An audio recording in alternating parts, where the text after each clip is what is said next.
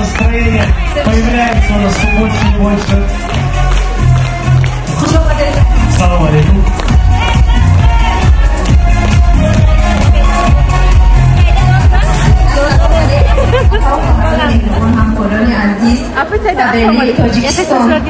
هر امروز بدونید شدم که بازی هر بودگر به شما از نزدیک با خوردم. برای چی کنید قدر کابلی رو دوست میدونید؟ همین سوال رو به نزدیکی با من دادم. از روزی که من در کمپانی کابلی ریجیستر شدم موفقیت برای من شده شد. من خودم رو فقط میگفتم ای خداوند مهربان، من میخواهم کار کنم، درآمد خوب را داشته باشم و در زندگی پول یابم. یک روز یک زنگ تلفنی از طرف نستعانی که مهربانی من، خواهر عزیز من رجب و سعیده که من رو به کار در کمپانی کابلی دعوت کرد، زندگی من رو تماما دگرگون ساخت. من خودم رو بسیار میگفتم اما در کمپانی کابلی خودم رو ساختم. از یک زن خانشین و تا بلیزی کمپانی کابلی رجب و مهیره مبدل شدم که امروز بسیاری ها ما رو میشناسند.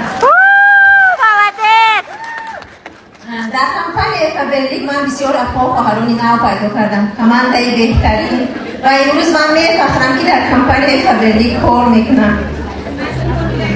من در فدراسیون روسیه خانه شخصی خودم رو خریدم، ماشین خریدم و در تاجیکستان خانه خودم رو ریمون کردم.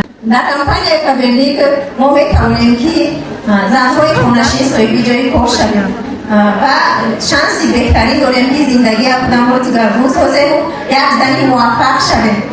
کنسولتانت‌های عزیز و مهربانی من توانستم، شما هم میتوانید. فقط دقت کنید، حرکت کنید و معامله کنید و به پیش حرکت کنید. یگان زنی موفق به مشکلی موفق شده نمیتواند. من هم طول این 3 سال بسیار مشکلی ها رو پس سر کردم و بعدا موفق شدم.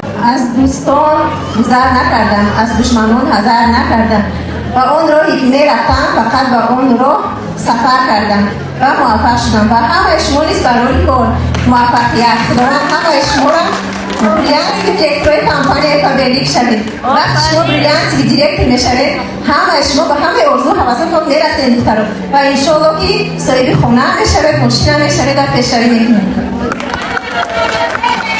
مهیره جون بهترین سخنها. رحمت. از شما خواهش میکنیم که لطفاً در سرنوشت ما حالا نروید.